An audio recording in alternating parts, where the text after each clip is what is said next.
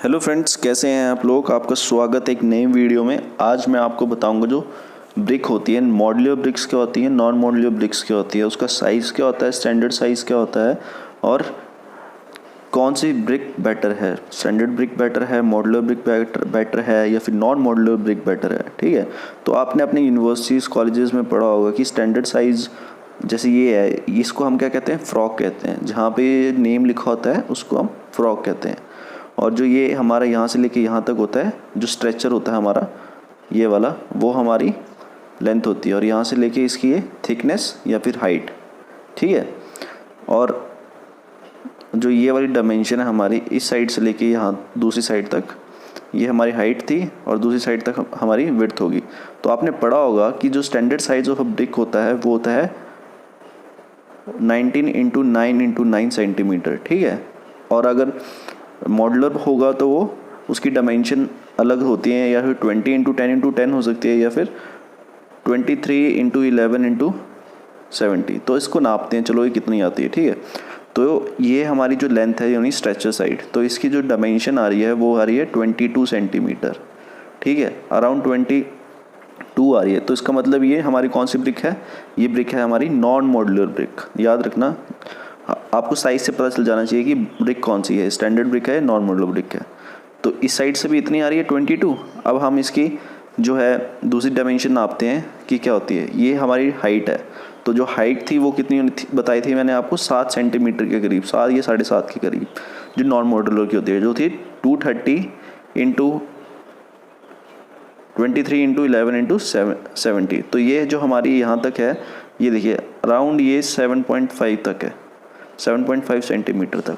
तो ये हमारी जो ब्रिक आती है वो नॉन मॉड्यूलर ब्रिक आती है। ठीक है, तो ये जो कन्वेंशनल साइज़ होता था इंडियन ब्रिक्स का, वो हम यूज़ करते हैं। ये हमारा जो हमेशा ब्रिक, जैसे ये वाली जो हमारी विड्थ है, तो आप देख सकते हैं विड्थ का जो साइज़ आ रहा है ये अराउंड 10.5 के करीब है। ठीक है, 10.5 के करीब हमारा ये ब्रिक का साइज़ है, मतलब इसकी विड्थ है। तो जो भी ये डायमेंशंस होती हैं निकलती हैं हमारी, ये डिपेंड करती है हमारे कंडीशंस पे, कौन सी कंडीशंस हैं हमारी। जैसे आप कौन से एरिया में हैं, जहाँ पे ज़्यादा बारिश होती है या फिर धूप है, या कैसा एरिया है। ठीक है, अब ये दूसरी ये 2 ब्रिक्स और हैं जहाँ पे हम इसको भी नापेंगे कि क्या इनका साइज़ अलग अलग है, जो हमने पिछली ब्रिक्स ली थी, ताकि एक जितना ज़्यादा हमारे सैम्पल्स होंगे उतना ज़्यादा हमारा डाउट क्लियर होगा। ठीक है, तो जैसे कि ये है हमारा, तो इसकी जो डायमेंशन आ रही है ये आ रही है अराउंड हमारी 22.5। तो वही आसपास अराउंड जो नॉन मॉड्यूलर ब्रिक का साइज़ था 22.5, तो वही आ रही है। तो ये ज़रूरी नहीं है कि हर ब्रिक का स्टैंडर्ड साइज़ 19x9x9 सेंटीमीटर ही हो। ठीक है, तो ये हमारी नॉन मॉड्यूलर ब्रिक्स होती हैं। ये जैसे आप इंग्लैंड हो या फिर अमेरिका के स्टैंडर्ड साइज़ देखोगे, तो वहाँ का जो स्टैंडर्ड साइज़ वो छोटा होता है। जितना छोटा स्टैंडर्ड साइज़ है इसका मतलब वो थोड़ी वीक है। ठीक है, अगर बड़ा है तो वो स्ट्रॉन्गर और ज़्यादा यूज़ हो सकता है। और बड़ी ब्रिक का यूज़ करने का फ़ायदा क्या है कि इससे हमारा जो एरिया जो हमने कवर करना है वो जल्दी कवर होगा। बट नुकसान इससे ये है कि हमारा जो मोटार होगा वो ज़्यादा लगेगा। अब इसकी हम हाइट की बात कर लेते हैं। हाइट वही आ रही है हमारी 7.5। ठीक है, तो ये भी अराउंड नॉन मॉड्यूलर ब्रिक है और वही इसकी डायमेंशन आ रही है।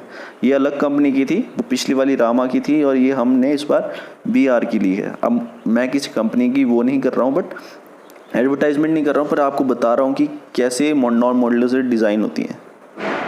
और ये देखिए इसकी जो विड्थ है ये अराउंड 11.5 के करीब आ रही है। ठीक है, पिछली वाली की अराउंड हमारी 10.5 आ रही थी, ये 11.5 आ रही है। तो ये थोड़ी और अलग है।